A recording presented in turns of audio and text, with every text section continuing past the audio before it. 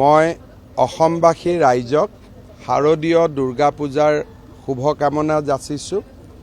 শাৰদীয় দুৰ্গা পূজাৰ প্ৰাকমুহূৰ্তত অসমৰ মহাবিদ্যালয়, ইঞ্জিনিয়াৰিং কলেজ, পলিটেকনিক আৰু স্বাস্থ্য বিভাগত আয়ুৰ্বেদিক চিকিৎসক ৰূপে প্ৰায় 400 যুৱক যুৱতীক আজি আমি নিযুক্তি পত্ৰ প্ৰদান কৰিলোঁ।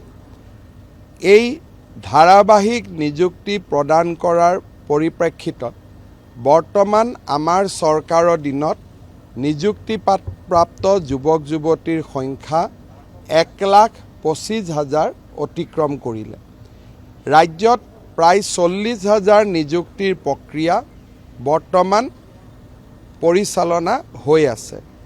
আৰক্ষী বিভাগ, এডিআৰই, শিক্ষা বিভাগ আৰু আন বহুতো বিভাগত চলি থকা আটাইবোৰ নিযুক্তিক আমি চেষ্টা কৰিম যাতে 10 মে'ৰ আগতে সম্পূৰ্ণ কৰিব পাৰি।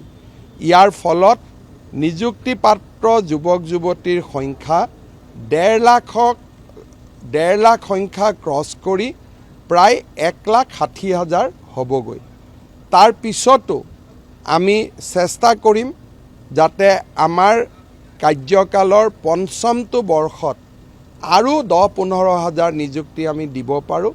অৰ্থাৎ 1 লাখৰ প্ৰতিশ্ৰুতিৰ পৰিৱৰ্তে প্ৰায় 1,60,000-70,000 যুৱক যুৱতীয়ে চৰকাৰী নিযুক্তি লাভ কৰিব। স্বাধীনতাৰ পিছত কোনো চৰকাৰে কেতিয়াও ইমান যুৱক যুৱতীক নিযুক্তি পত্ৰ দিব পৰা নাছিল। অসমৰ ইতিহাসত এই 5টা বছৰ নিযুক্তিৰ ক্ষেত্ৰত এটা স্বৰ্ণীল যুগ হৈ থাকি যাব, তাক মই বিশ্বাস কৰোঁ।